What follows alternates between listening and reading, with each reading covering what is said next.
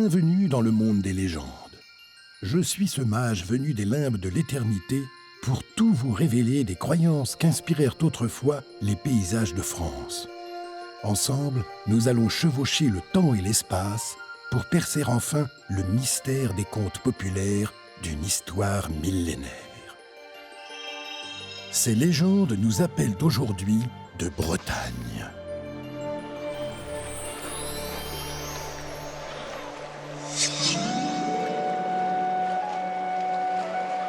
Armoricaines ou arthuriennes, les légendes qui hantent les terres les plus occidentales de France conservent l'empreinte du merveilleux et le goût salé de l'aventure. Taillée comme un navire qui jamais ne chavire, la Bretagne fonce droit vers le couchant, arborant fièrement le pavillon de ces corsaires malouins qui ont tracé tant de routes sur les océans.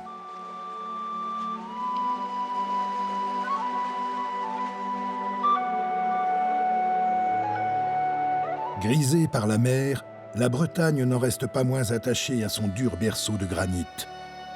Par-delà les mégalithes de cette lande sauvage à la beauté antique, résonnent encore les récits épiques des chevaliers de la table ronde. Nous entrons dans le royaume des fontaines sacrées, dont seul un vrai breton comprend le doux babil.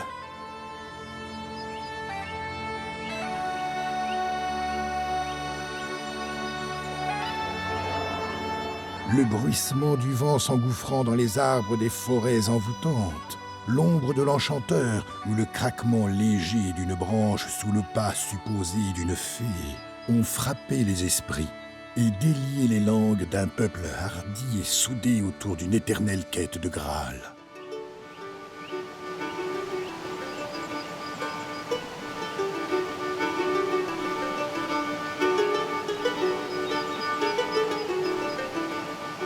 Un Breton en lui, d'un côté, il est forcément attiré par la mer. La Bretagne est entourée de mer partout. La mer est un petit peu un élément d'évasion pour le Breton et la terre est un élément d'ancrage. Il s'ancre dans cette terre et il s'évade par cette mer dans son imaginaire. La Bretagne, je pense que c'est la pointe la plus occidentale de l'Europe. Et après, c'est l'Atlantique, la mer et l'Amérique. Et donc, c'est vers le couchant. Il n'y a pas longtemps qu'on sait que si on part plein ouest, on ne va pas tomber dans le vide au bout d'un moment. La Terre est quand même ronde, elle n'est pas plate. Donc, il y a partout un petit peu de légende. Moi, ce qui m'a plu en Bretagne, c'était que c'était une région qui vibrait encore sur ses racines ancestrales. La Bretagne, c'est une belle au bois dormant. Et elle ne demande qu'à être réveillée. Et en fait, en réveillant la belle au bois dormant, c'est soi-même qu'on réveille. Les légendes, c'est comme l'huile, ça peut se répandre comme ça jusqu'à l'infini. Des terres médiévales de Brocéliande aux rives de la cité corsaire, les fables de Bretagne ne cessent de se réinventer. Ainsi, cette côte qu'on dit d'Émeraude et qui s'étend au nord de la Bretagne, de Cancale au Cap Fréhel, devrait son nom à une légende urbaine entièrement fabriquée. Celle-ci voit le jour à Dinard, juste en face de Saint-Malo. Eh bien, la légende de la côte d'Émeraude est la suivante. Dans les temps lointains, de l'autre bord de l'eau où est Dinard aujourd'hui, une belle fille venait sur un rocher qui avançait vers la mer, une très belle bague à la main gauche. Elle guettait les marins qui n'étaient pas de la région, les autres étaient au courant. Dès qu'elle apercevait un bateau, ne connaissant pas la passe de Saint-Malo, qui est très difficile, 200 mètres de large, tout autour, il y a les cailloux, c'est-à-dire les récifs, il y en a un millier. Elle faisait de grands signes. Oh, oh, oh, le coup des sirènes. Oh, oh. Les marins qui étaient en mer depuis des mois se dirigeaient vers elle, évidemment coulaient, se noyaient. Elle était ravie. Elle n'est pas responsable des 300 et quelques épaves qu'on a dans la baie, mais elle en a coulé un certain nombre. Et un jour qu'elle est là encore en train d'essayer de faire couler un navire, un moine qui passe par là lui tape sur l'épaule, lui dit « Fille, mais que faites-vous » ? Oh, mon Dieu ! Elle attrape sa bague, une émeraude, et elle la jette à l'eau. Et là, le miracle se produit, La mer qui était bleue, comme partout ailleurs dans le monde, devient immédiatement verte. Et voilà pourquoi on appelle notre côte la côte d'émeraude. Et un jour, des enfants me disent « Mais monsieur, avez-vous retrouvé la bague ?» Écoute, bonhomme, si je l'avais retrouvée, qu'est-ce qui se passerait? La mer serait bleue. Tu vois bien qu'elle est toujours verte, donc je n'ai pas retrouvé la bague. Cette légende, née à la fin du 19e siècle sous la plume d'Eugène Herpin, est connue pour être l'une des dernières inventées dans la région. En fait, celui qui a écrit cette légende, c'est récent. Il l'a écrit un petit peu avant 1900, parce qu'il fallait qu'il trouve un titre pour son guide-album, c'est-à-dire l'ancêtre des guides de voyage, hein, pour inciter les gens à venir à Saint-Malo. Et il cherchait un nom, et il se promenait sur le rempart, là, près de la tour Bidoine. Et là, il dit oh, « je n'arrive pas à trouver guide-album, c'est bien, mais enfin, ça fait un peu moche. » Il y a la côte d'Azur, il y a la côte de Vermeil à l'époque. Et une de ses sœurs lui dit « Mais regarde comme la mer est belle aujourd'hui, elle est encore plus verte que d'habitude. Regarde toutes les nuances qu'il y a. On dirait une émeraude. » Ça y est, j'ai trouvé. J'appellerai mon livre « Le guide de la côte d'émeraude ». Et le succès du guide d'Eugène Herpin est tel que tout le monde s'empresse vers ces nouvelles stations balnéaires que sont Dinard et Saint-Malo. Côtes déchiquetées, criques cachées ou îlots secrets à découvrir, Saint-Malo s'offre sans peur à ses nouveaux visiteurs. Car ce ne sont pas tant ses vertus balnéaires qui ont forgé sa réputation, mais bien son incomparable histoire maritime.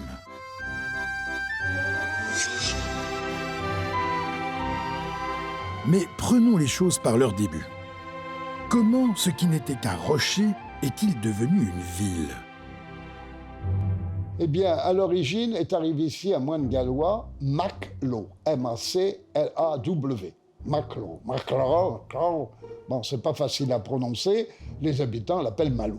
Mais c'est le même personnage, Maclo, Malo, Maclou.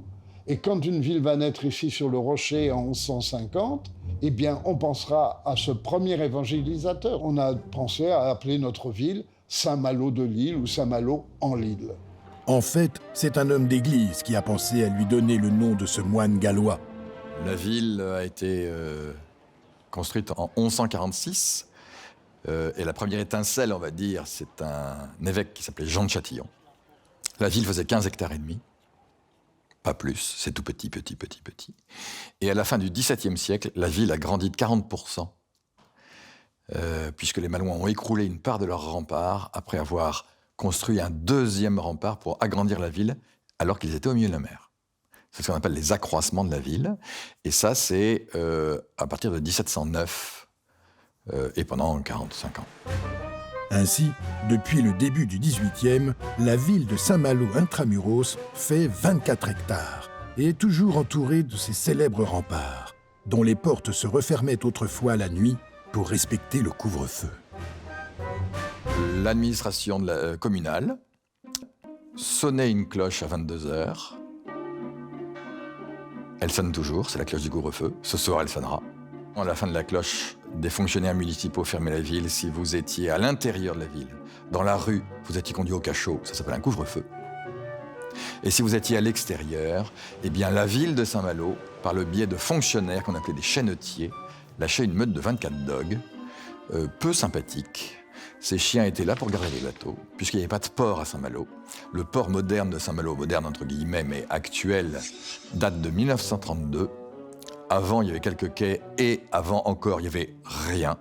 Et donc les bateaux étaient posés sur la grève, puisque les bateaux ne flottaient qu'à marée haute. À marée basse, il n'y avait pas d'eau. Je parle évidemment de l'intérieur. Marée basse, la nuit, vous revenez des Indes, il n'y a pas d'eau. Évidemment, vous ne pouvez pas laisser vos épices et vos porcelaines et votre café et votre argent et je ne sais, dans les bateaux. Et donc, les armateurs malouins payaient un impôt à la ville. Cet impôt s'appelait le pain des chiens, comme c'est mignon, permettant à la ville de financer les chiens et les gens qui s'en occupaient. Vous avez la devise « Cave Canen », c'est notre première devise. « Prends garde aux chiens », nos fameux chiens du guet qui montent la garde pour empêcher les maraudeurs de monter à bord des bateaux. On était tranquille, comme ça, la nuit, les bateaux pouvaient rester au sec, sans nuit. Car c'est bien grâce à ces navires, rapportant leurs précieuses cargaisons de toutes les mers du monde, que Saint-Malo a commencé à faire fortune au milieu du XVIe siècle. Oh, cette prospérité a commencé avec l'époque des voyages de découverte, au temps où Jacques Cartier est parti de Saint-Malo pour aller reconnaître le Saint-Laurent et le Canada, la Nouvelle-France. Et cette prospérité n'a fait que croître et embellir au fur et à mesure des générations, jusqu'à atteindre son apogée à la fin du XVIIe siècle. Ainsi, dans le sillage de Jacques Cartier, d'autres héros malouins ont fini par faire de Saint-Malo non seulement le troisième port de France sous Louis XIV, mais la plus grande cité corsaire des XVIe et XVIIe siècles. Alors, on dit Saint-Malo, cité corsaire, ça fait très bien pour faire venir les touristes. Les corsaires, ça fait rêver, les films de corsaires avec Errol Flynn et les autres. Bon, mais pour nous, c'est pas le moment le plus agréable. Bon, c'est très bien qu'on en parle, mais qu'est-ce qui se passe? C'est qu'à ce moment-là, on ne peut pas faire de commerce, nous sommes en guerre. Eh bien, on se met à la disposition du roi avec nos bateaux et on va faire la guerre de course. Course, parce que ça part du terme « courir sus à l'ennemi ». Le corsaire, le mot vient de course corsaire, c'est une définition qui est d'ordre juridique et qui ne commence à prendre une réalité vraiment que sous Colbert, donc sous Louis XIV, avec son ordonnance de marine, où là, on peut dire que le corsaire est doté d'un arsenal juridique qui le distingue des pirates. Un corsaire, c'est celui qui, avec son bateau privé, part ou fait partir ce bateau pour le compte d'un conflit que le roi vient de signer. Un pirate, c'est quelqu'un et un navire qui n'a pas l'autorisation du roi. Le premier l'a, le deuxième ne l'a pas. C'est donc un bandit sur les mers. C'est tout, on s'arrête là. En même temps, si quelqu'un faisant de la piraterie était pris, il était pendu. Sans délai, tout le monde. Si vous êtes corsaire du roi et que vous perdez, vous serez emmené en prison chez le vainqueur et échangé. Ça veut dire que vous revenez à la maison entier. C'est pas si mal. Et vous recommencez, et vous retapez sur les ennemis, qui eux font pareil. Autrement dit, l'autorisation royale pour le corsaire s'appelle une lettre de marque ou lettre de course, et ça vous est fourni par les autorités. Et c'est au nom de votre bateau et de votre capitaine. Sinon, point de salut. Vous ne l'avez pas, vous serez pendu. Mais si vous l'avez, aux oubliettes l'idée de s'enrichir avec le commerce quand un conflit éclate, car les corsaires vont alors devoir jouer les supplétifs de la marine royale. La course va prendre vraiment une importance considérable sous Louis XIV, au moment où il y a des grands conflits internationaux, la guerre de Ligt-Doesbourg, les Anglais et les Hollandais menacent bien sûr la marine française, et la marine française, la royale, ne suffisant pas à ces menaces, eh bien l'idée a été donnée finalement aux armateurs privés, puisque leurs navires ne pouvaient pas faire le commerce en toute sécurité, eh bien de pouvoir s'équiper de canons et éventuellement de participer à la guerre avec, moyennant un intérêt, une commission qui leur était accordée. Vous êtes marin, vous êtes matelot, faites la guerre pour le compte du roi, la guerre s'arrête, faites quoi? Faites du commerce, c'est toujours marin. Ça paye. Très fort. Donc du commerce d'épices, de thé, de porcelaine, de café, de tissus. Et puis aussi, mais un peu plus confidentiel, d'un point de vue secret du voyage, on faisait de l'importation de lingots d'argent venant d'Amérique du Sud. C'est peu connu, et c'est une part très significative des fortunes des Malouins il y a 300 ans. Nous avons derrière moi, il y a les remparts de Saint-Malo.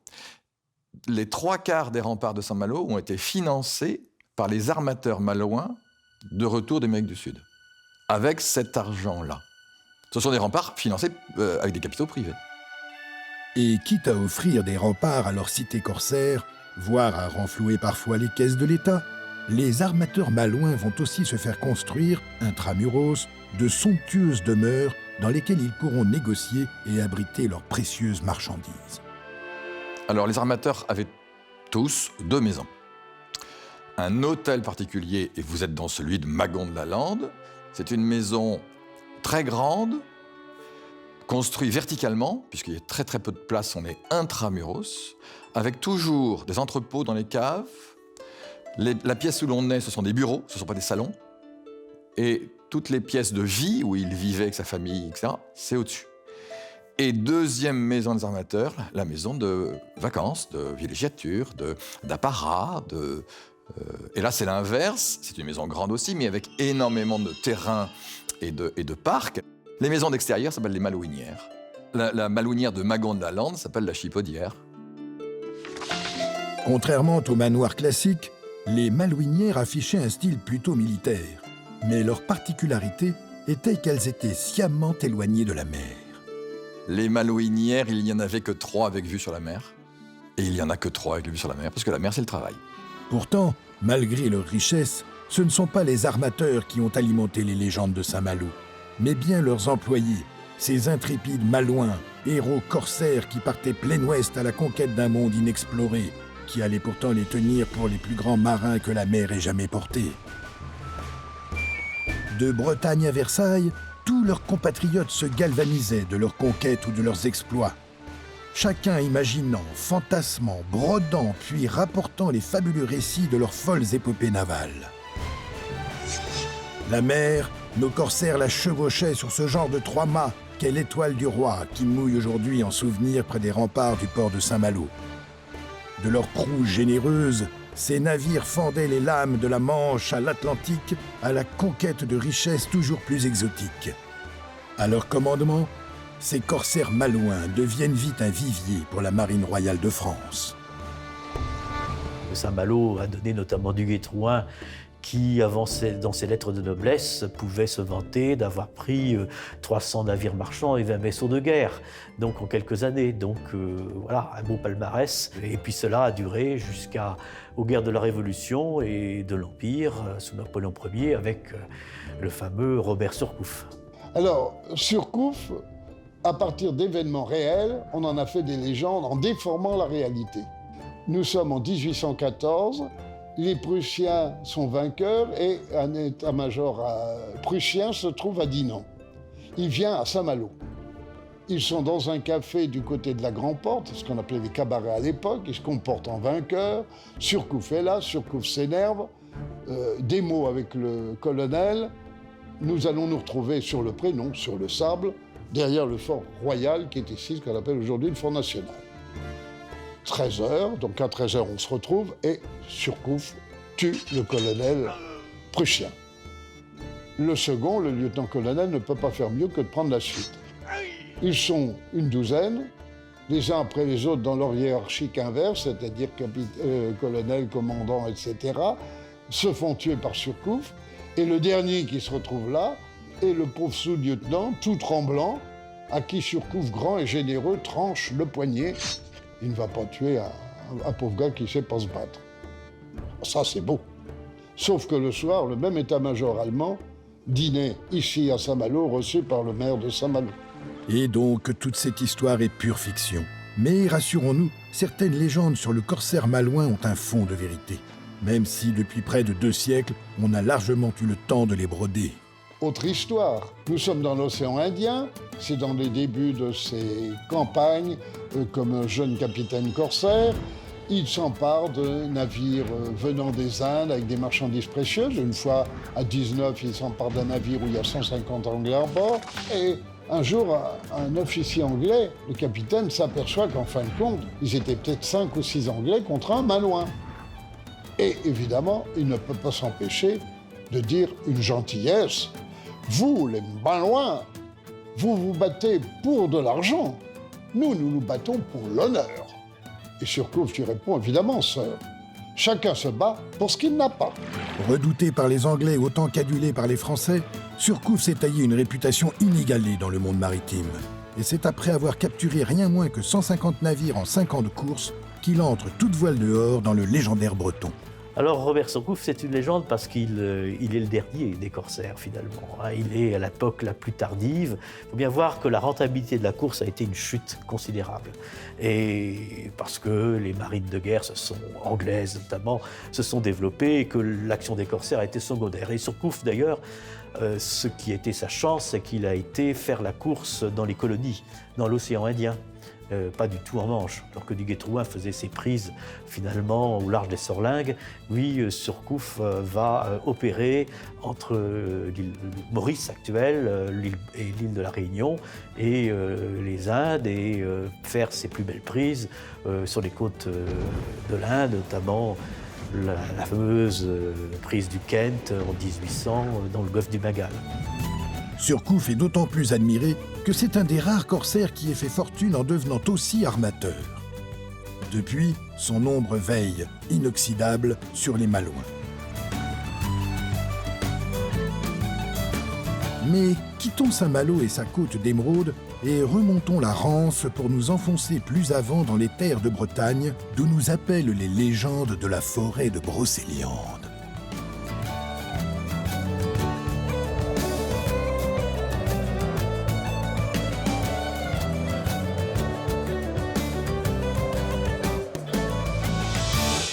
Bienvenue dans le royaume de Merlin, des chevaliers de la table ronde et de leur quête ultime du Saint Graal. Nous sommes en terre celtique, entre étangs et landes, en bordure de la mystérieuse forêt de Brocéliande, berceau granitique des légendes bretonnes.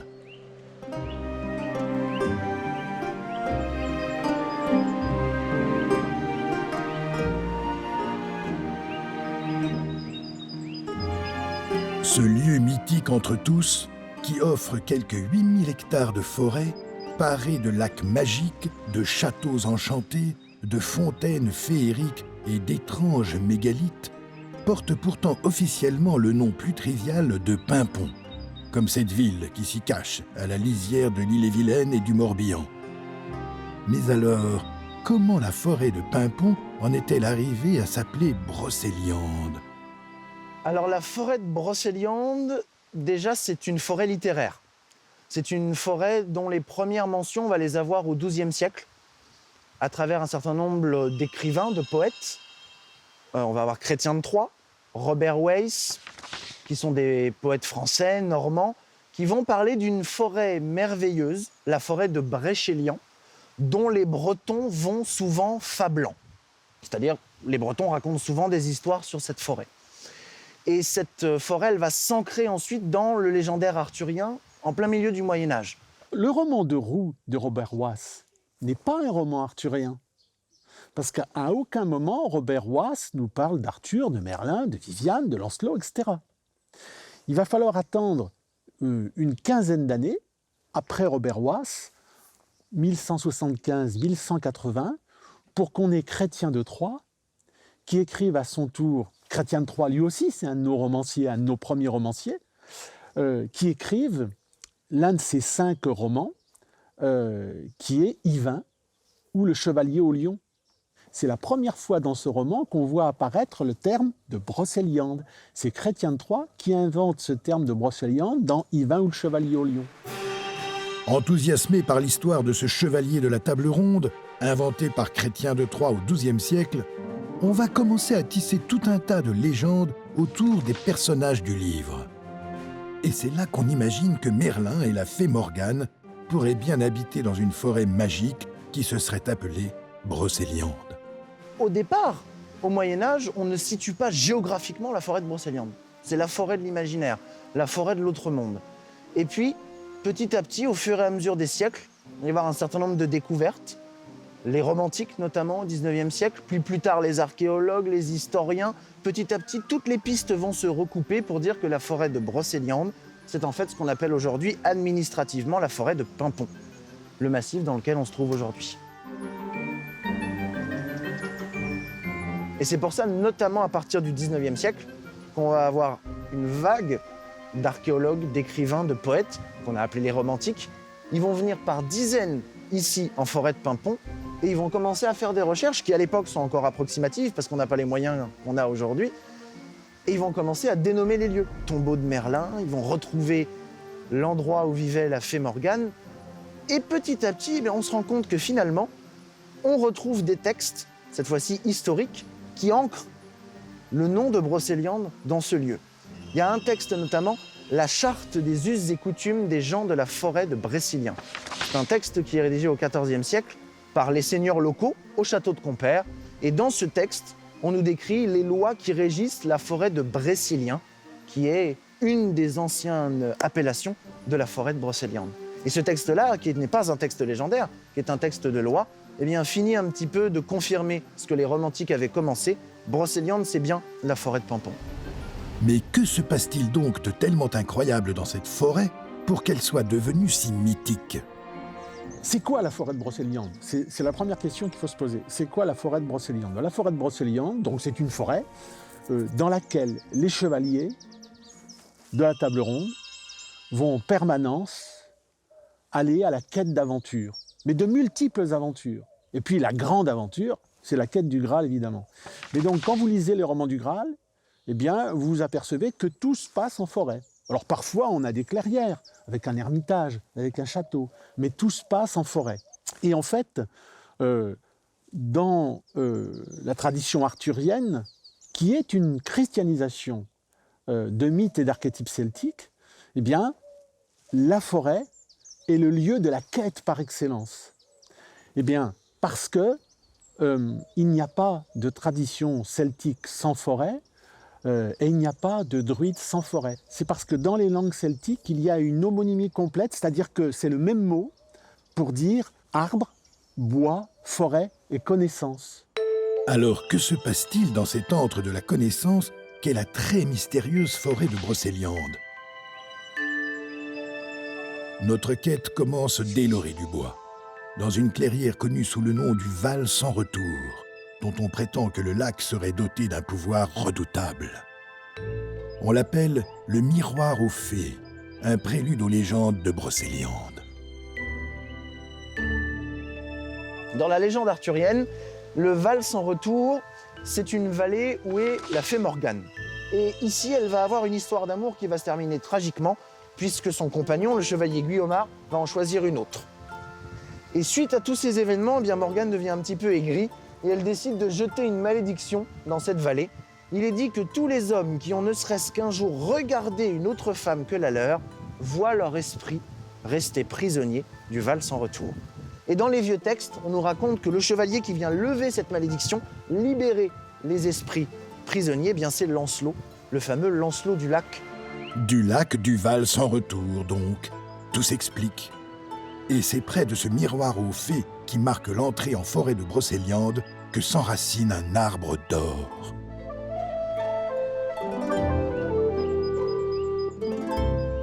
Alors l'arbre d'or, lui, c'est un petit peu un témoignage de la vie de la forêt, qui a en plus une forme symbolique intéressante, puisqu'on y voit les bois d'un cerf. Et Merlin, dans la légende arthurienne, lorsqu'il n'a pas envie d'être vu par les hommes, ça lui arrive fréquemment de se transformer en un cerf aux pattes blanches. Et Merlin n'est ni plus ni moins que le seigneur de Brocéliande. Mais d'où vient-il et qui est-il? Alors Merlin, c'est un personnage très très vaste. Déjà, c'est ce qu'on appelle un archétype dans les légendes. On a tous en tête à peu près à quoi ressemble Merlin. Si je vous dis qui est Merlin, eh ben vous me répondez c'est un vieux sage avec une barbe blanche. C'est un petit peu le grand-père qui raconte des histoires, mais aussi le magicien. Merlin, on l'a dans toute la culture populaire. Merlin, c'est Gandalf. Merlin, c'est Dumbledore. Merlin, c'est Obi-Wan Kenobi. C'est ce personnage qui existe dans tous les contes et toutes les légendes. Et le Merlin de la légende arthurienne, il faut remonter il y a très longtemps, aux alentours du Xe siècle, pour qu'on commence à en parler. À la base, il n'est pas encore tout à fait comme on le connaît. À la base, c'est plutôt un barde. C'est déjà quelqu'un qui raconte des histoires. On est au Pays de Galles, et il y a un barde qui s'appelle Myrdin. Myrdin, c'est le nom gallois de Merlin. Et ce barde-là, il va être rattaché à la légende arthurienne par un écrivain, un clerc, qui s'appelle Geoffroy de Monmouth. Geoffroy de Monmouth, il va écrire 2 livres, l'histoire des rois de Bretagne et la vie de Merlin, dans laquelle il va parler de ce personnage un petit peu mystérieux, ce sage à moitié fou qui habite dans une forêt, ce sage qui a des pouvoirs et qui finira par être le conseiller des rois de Bretagne, et notamment du roi Arthur. Alors Merlin à Brocéliande, c'est un petit peu une vieille histoire d'amour, puisque Merlin, il est l'héritier un petit peu de cette tradition celtique du druide. Il est lié à ce lieu mystérieux, ce passage d'un monde à l'autre. Merlin lui-même est un petit peu l'héritier à la fois du monde des hommes et de l'autre monde, le monde des créatures, le monde qui n'est pas palpable par l'homme.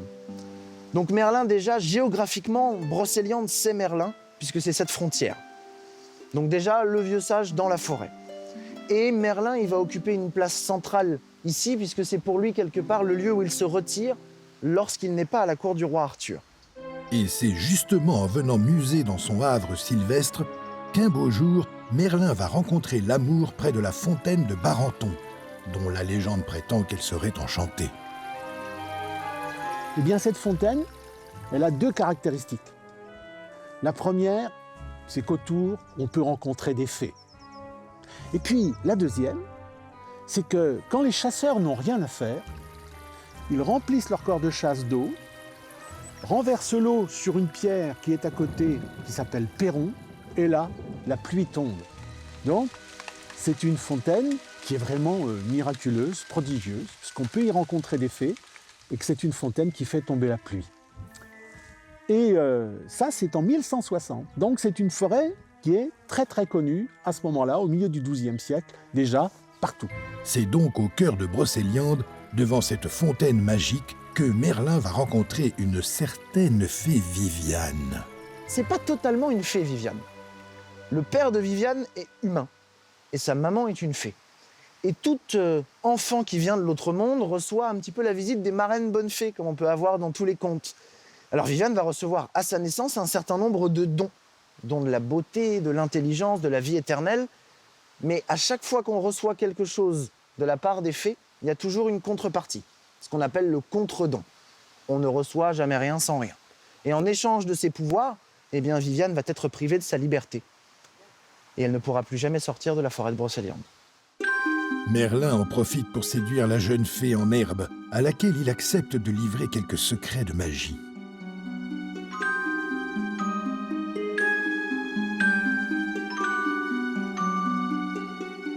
On dit même qu'il aurait offert à sa belle un palais magique, qui se trouverait tout près du château où elle vivait avec son père.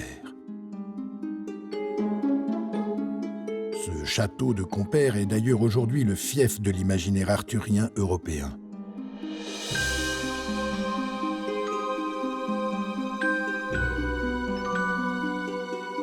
Mais voici ce qui se murmurait jadis.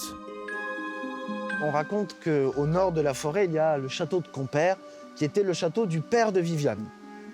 Et au fur et à mesure des années, Viviane voulait son propre lieu, son lieu à elle, quelque part où habiter. Alors elle a demandé à Merlin de lui bâtir une forteresse. Mais c'est pas n'importe quelle forteresse, puisque Viviane n'est pas n'importe quelle femme. Merlin a œuvré plusieurs jours, plusieurs nuits, et on raconte qu'il a trouvé la formule pour transformer la pierre en cristal, et qu'il a bâti un grand palais juste devant le château du père de Viviane. Seulement le problème, c'est qu'un palais en cristal, ça attire la convoitise. Et Merlin ne voulait pas que les gens qui passaient là puissent importuner Viviane. Alors il a enchanté la forteresse pour que les hommes qui n'ont pas le cœur pur ne voient à la place que l'illusion d'un lac. Et c'est encore aujourd'hui le cas, bien sûr, sauf pour ceux qui ont l'âme pure, lorsqu'on est aux abords du château de Compère.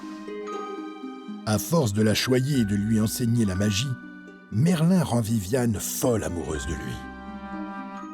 Et elle supporte de plus en plus mal qu'ils doivent parfois quitter Brocéliande pour retourner assister le roi Arthur à Camelot. Et à chaque fois que Merlin vient lui rendre visite, son cœur est rempli de joie, mais à chaque fois que Merlin repart de Brocéliande, c'est toujours le même drame pour elle, puisqu'elle ne peut pas sortir de cette forêt et suivre l'homme qu'elle aime. Et c'est pour ça qu'au fil de leur histoire d'amour, eh bien, Viviane a commencé à avoir envie d'avoir Merlin auprès d'elle. Et elle va finir par demander à Merlin une formule un petit peu spéciale. Parce que Merlin était le maître, quelque part, de Viviane. Il lui apprenait la magie, la sorcellerie, les arts de la forêt. Et Viviane va lui faire une demande un petit peu spéciale. Elle va lui dire, Merlin, est-ce que tu peux pas prendre la formule qui permet d'emprisonner un homme en forêt de Brocéliande? Alors, il a appris la formule à Viviane, mais ce n'est pas n'importe quelle formule magique. On met 9 ans à apprendre comment emprisonner un homme en forêt de Brocéliande. Alors, chaque année, auprès de la fontaine de Barenton, Merlin va apprendre une partie de la formule à Viviane. Et au bout de 9 ans, lorsque Viviane connaît l'intégralité de la formule magique, ils se sont retrouvés près de la fontaine de Barenton. Elle a dessiné autour de lui 9 cercles de pierre. Et autour de ces 9 cercles de pierre, elle a récité la formule. Et on raconte que Merlin s'est senti tranquillement, gentiment, comme emprisonné dans l'air de Brocéliande. Et depuis, lui et elle, c'est un petit peu les esprits de cette forêt. C'est eux qui font, dit-on, renouveler les saisons à Brocéliande. Ce sont eux deux les deux gardiens de la forêt. Et au nord de Brocéliande, il y a une pierre qu'on appelle le tombeau de Merlin. Alors certains vous diront que Merlin est enterré en dessous, et d'autres vous diront simplement qu'il faut venir près du tombeau de Merlin pour l'entendre dans les branches des arbres qui bruissent sous le vent.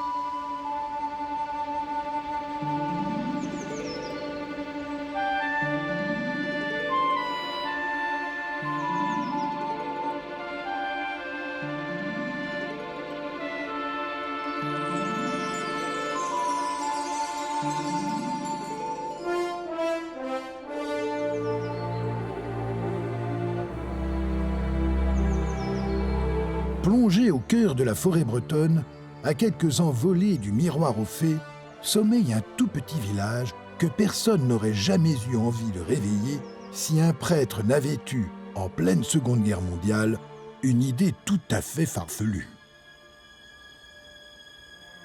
Ici, on est dans la plus petite commune du Morbihan et elle a un nom très difficile à dire, c'est Tréorantoc.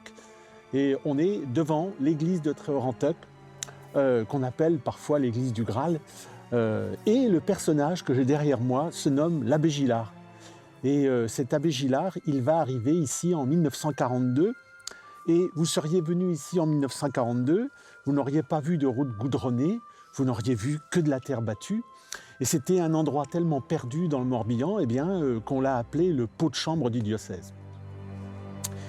Et cet abbé Gillard, qui est né au début du XXe siècle, quand il arrive là en 1942, on l'a mis là un petit peu en punition, parce que c'est un curé assez particulier. Il est un petit peu en difficulté avec sa hiérarchie, parce que, par exemple, il donne les derniers sacrements aux suicidés. Et à cette période-là, en 1942, quelqu'un qui s'est suicidé, il a désespéré de Dieu, et donc il ne rentre pas à l'église. Alors bon, comme il est un petit peu turbulent, on va l'envoyer dans le pot de chambre du diocèse.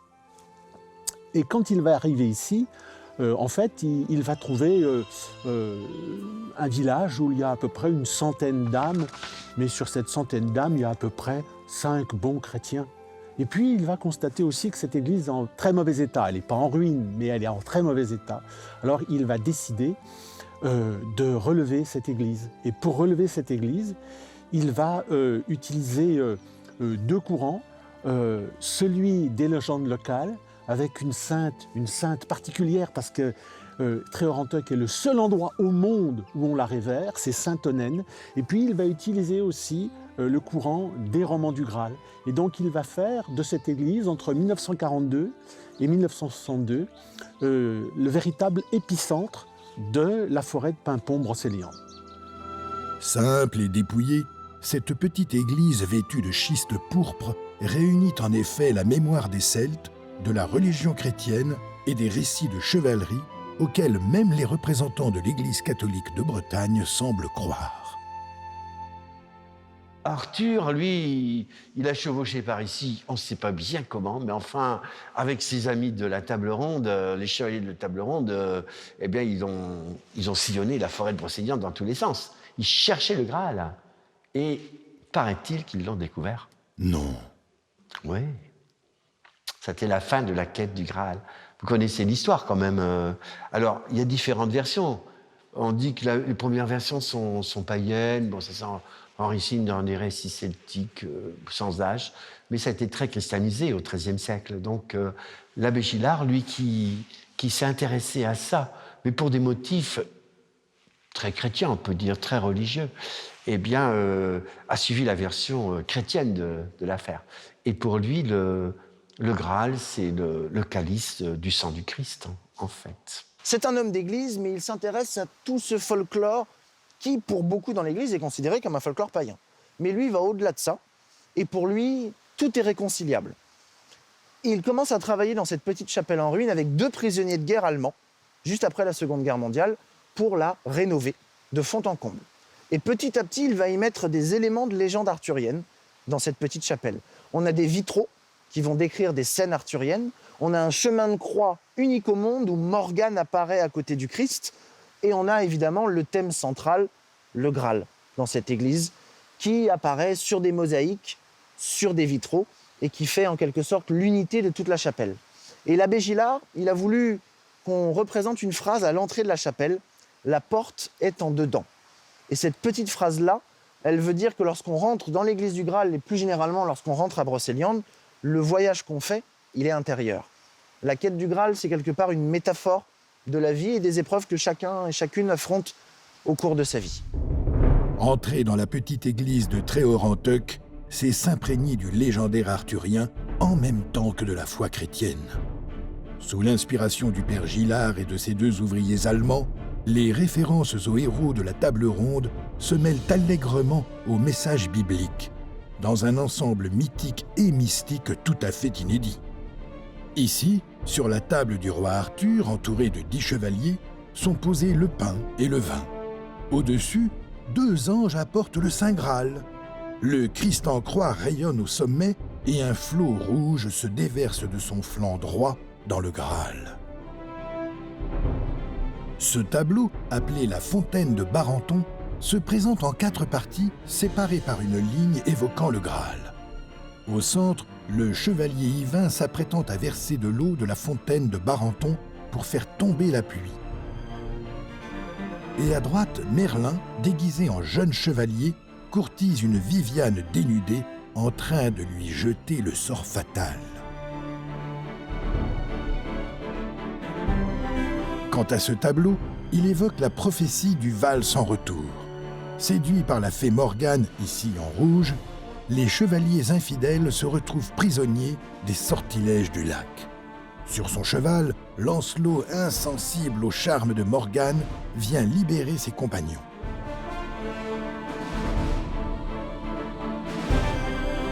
La fée Morgane est même parvenue à se glisser dans ce tableau de la Passion du Christ. On prétend qu'elle aurait les traits de l'institutrice du village, dont serait tombé amoureux le prisonnier allemand qui a fait ses peintures. C'est vrai que quand on regarde la Morgane du tableau du Val sans retour et celle de la station du chemin de croix, bon, elle est quand même, on dirait aujourd'hui, elle est canon, quoi. Et il y a un journal local qui va titrer une pin-up dans l'église de Tréorenteuc. Et, paraît-il, c'est ce qui va valoir à l'abbé Gillard d'être banni définitivement et d'être envoyé hors d'ici, en région parisienne.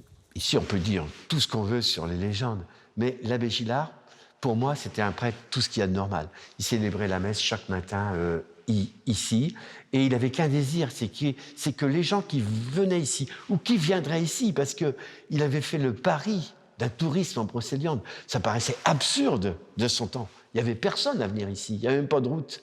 Alors il a commencé par faire son office de tourisme ici dans la... C'était le premier office de tourisme de Brocéliande.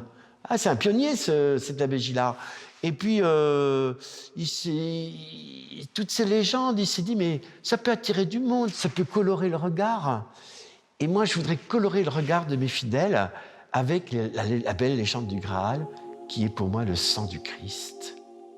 D'ailleurs, il l'a fait marquer. Ici, la puissance du sang divin. Et c'est ainsi que le père Gillard a su capter les esprits des fidèles de Bretagne. Le christianisme, en fait, pour s'imposer, est venu recouvrir un substrat païen. Ça, c'est pas un scoop, tout le monde le sait, ça. Le christianisme est venu réellement se greffer sur une souche païenne.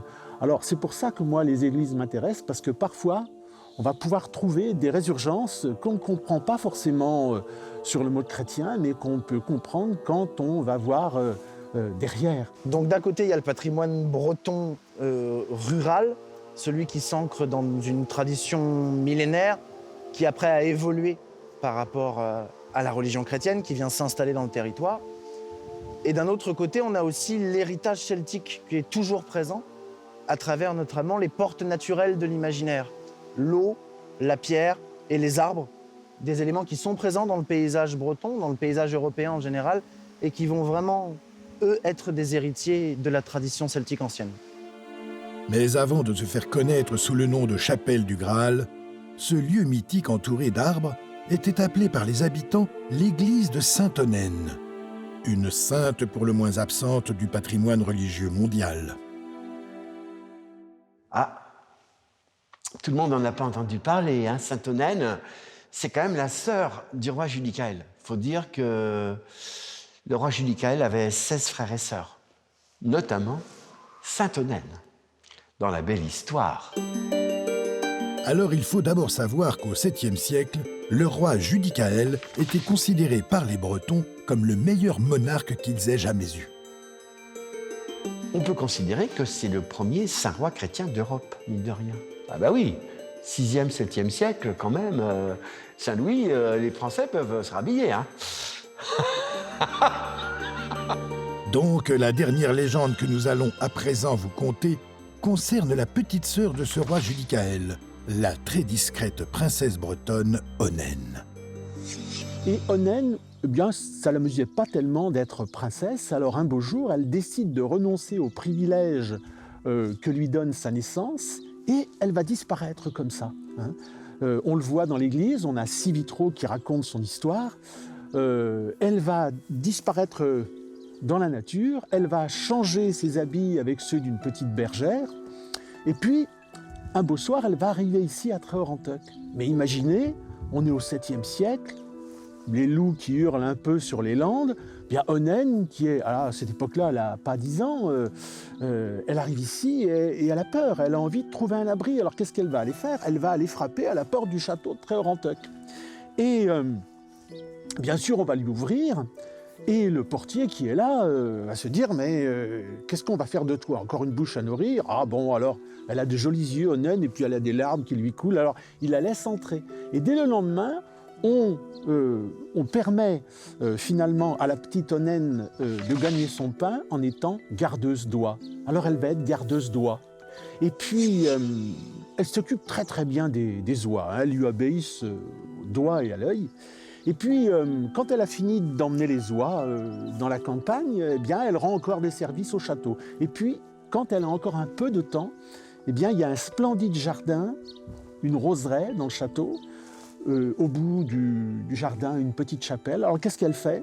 Elle va prier à la chapelle. Mais la châtelaine s'aperçoit qu'au fur et à mesure du temps, eh bien, il y a des roses comme ça qui disparaissent de son jardin. Alors, elle se demande bien qui est-ce qui lui prend ces roses, qui est-ce qui lui vole ces roses. Alors, un jour, elle va se mettre en planque. Et tout d'un coup, elle s'aperçoit de quoi? Elle s'aperçoit que la petite Onenne cueille des roses et qu'avec le bouquet de roses, elle rentre à l'intérieur de la chapelle. Alors, elle va la suivre. Elle va l'épier. Et puis, tout d'un coup, elle voit la petite Onenne qui est devant la statue de la Vierge, qui fait une jolie prière et qui lui offre les roses. Et là, incroyable, il y a 2 anges qui arrivent, qui prennent la petite Onenne par-dessous les bras, qui la transportent jusqu'au visage de la statue, qui s'anime et qui l'embrasse. Oh!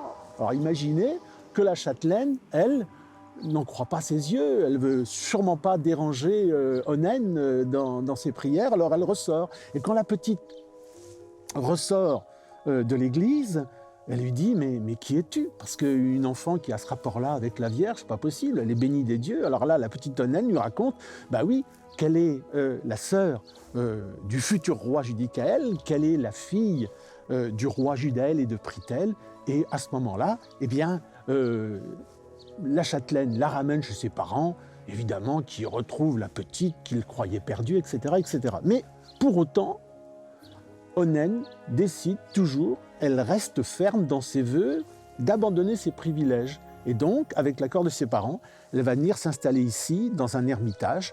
Et donc là, un beau jour, alors qu'elle est en train de prier dans la campagne, il y a des spadassins, des soldats qui veulent l'agresser, et notamment leur seigneur, qui lui dit c'est soit le péché ou le mariage. Et bien sûr, Onenne va résister, et quelque temps après, elle va mourir des suites de son agression. Bon, elle va tout simplement mourir en couche, hein. Et donc, elle va devenir la sainte de Tréorentec, et encore une fois, c'est le seul lieu du monde où on la révère, dans cette petite église. Et voilà comment l'abbé Gillard va essayer de redonner du tonus à la foi chrétienne dans ce village, à la fois en utilisant l'image de la sainte locale Onnen, et puis aussi l'image des chevaliers de la table ronde, du roi Arthur, du roi très chrétien. C'est ainsi qu'il va essayer de faire renaître Tré-Orantoc. Mais il va y arriver parce que, en fait, il va faire surtout de Tré-Orantoc un centre culturel énorme. Et donc, quand on rentre à l'intérieur, quand on regarde toute l'iconographie, aussi bien dans les vitraux qui sont de véritables œuvres d'art, que de la mosaïque aussi, qui est une véritable œuvre d'art, ou les vitraux de Sainte-Onnen, eh bien, on a un résumé, un condensé de ce qu'est cette forêt de Paimpont-Brocéliande. Veilleurs invisibles d'un monde à jamais enchanté, les amoureux légendaires de Brocéliande semblent prêts à hanter la mémoire bretonne pour l'éternité. Comme le sel de l'aventure des corsaires malouins coule irrémédiablement dans le sang de ce peuple intrépide et rêveur qui marqua son sillage sur toutes les mers du monde.